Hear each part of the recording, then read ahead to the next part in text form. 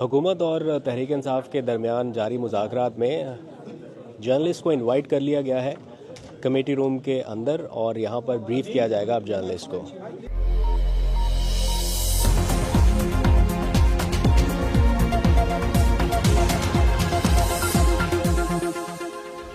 बिस्मिल्लाहिर्रहमानिर्रहीम, अस्सलाम वालेकुम। पाकिस्तान और दुनिया भर में देखने और सुनने वालों को अब्दुल कादिर का सलाम। पीटीआई और हुकूमत के दरमियान मुज़ाकरात का आज मेडन राउंड हुआ और उसको कवर करने के बाद ही मैं यहाँ पर आ रहा हूँ। कुछ चीज़ें आप टेलीविजन स्क्रीन पर देख चुके हैं जो हम दिन में रिपोर्ट कर चुके हैं और बहुत सारी ऐसी चीज़ें हैं जो अभी तक रिपोर्ट नहीं हुई। हम ऑपोजिशन चैम्बर में भी रहे, हुकूमती साइट्स को भी ऑब्जर्व किया, बॉडी लैंग्वेज देखी, लोगों से ऑफ द रिकॉर्ड बातचीत करने की भी कोशिश की कि इन मुज़ाकरात से कुछ निकलने की उम्मीद भी है, कुछ मिल सकता है या नहीं मिल सकता। दूसरी जानिब हुकूमती हल्के क्या सोच रहे हैं, तो जो इनसाइड इन्फॉर्मेशन है वो आपके साथ शेयर करता हूँ। पीटीआई का आज पहला मुतालबा मान लिया गया है। ये पहला मुतालबा क्या है, इस पर अमल दरामद कब होगा, तफसील आपके सामने रखता हूँ। फिर साथ ही चूंकि ये इजलास इन कैमरा था, यानी इसमें सहाफ़ी नहीं आते, जर्नलिस्ट नहीं आते, लेकिन जब ये इजलास खत्म हुआ तो सारे सहाफ़ियों को बुला लिया गया और फिर इन कैमरा इजलास नहीं रहा। उसके बाद सारी ब्रीफिंग दी गई कि क्या क्या चीज़ें डिस्कस हुई हैं। खैर, उसके अलावा फिर बाद में ऑफ द रिकॉर्ड बातचीत भी जारी रही, लेकिन सारे लोग ये ऑब्जर्व कर रहे थे कि इतना अहम इजलास था तो इसमें इमरान खान के जो मेजर प्लेयर्स थे वो कहाँ पर है। ना अली अमीन गंडापुर है, ना सलमान अकरम राजा है, ना बैरिस्टर गौहर है, ना हामिद खान है। तो ये चार लोग किधर हैं? क्योंकि पीटीआई से सिर्फ एक शख्स पहुंचा था, वो थे असद कैसर। बाकी तो दो उनके इत्तेहादी थे, अलामा राजा नासिर अब्बास और हामिद रजा। ये तो इत्तेहादी है ना, पीटीआई से सिर्फ एक शख्स था।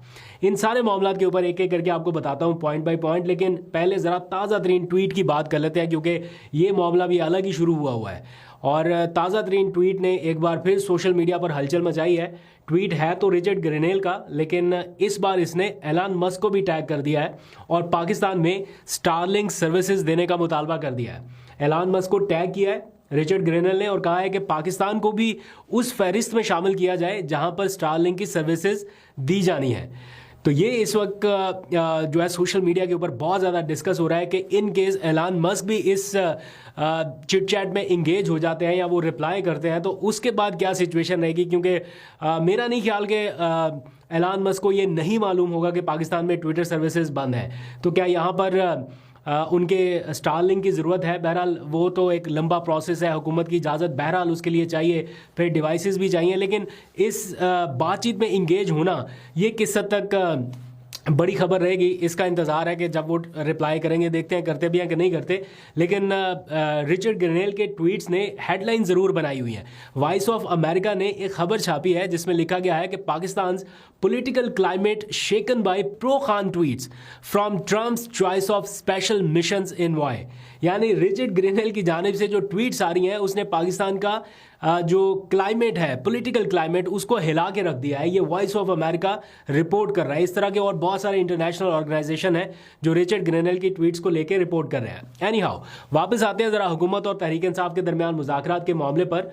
हुकूमत ने मुज़ाकरात से कबल पहले अपना एक इजलास बुलाया जिसमें हुकूमती टीम शामिल हुई, उनके इत्तेहादी थे, ऑब्वियसली स्पीकर भी बैठे, और ये तय पाया कि बड़े खुले दिल के साथ, अच्छी तवक्कुआत के साथ मुज़ाकरात को शुरू किया जाए, एक पॉजिटिव जेस्चर के साथ। और यही रवैया पाकिस्तान तहरीक इंसाफ की जानिब से भी देखा गया।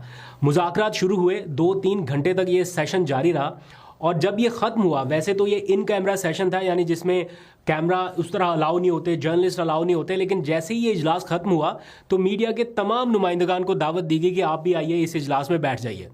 उस इजलास में बैठे और मीडिया की मौजूदगी में ये बताया गया, पूरा एक एलामिया पढ़ के सुनाया गया जो आपने सरकारी टीवी पर देखा होगा, और ये सारी चीज़ें बताई गई कि इजलास के दौरान क्या क्या कुछ हुआ।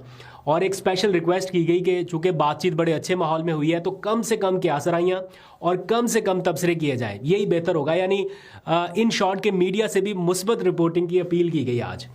और फिर ये बताया गया कि इस इजलास में ये तय पाया है कि अगली मीटिंग जो है वो 2 जनवरी को होगी, जिसमें ऑपोजिशन यानी पीटीआई अपने तमाम मुतालबे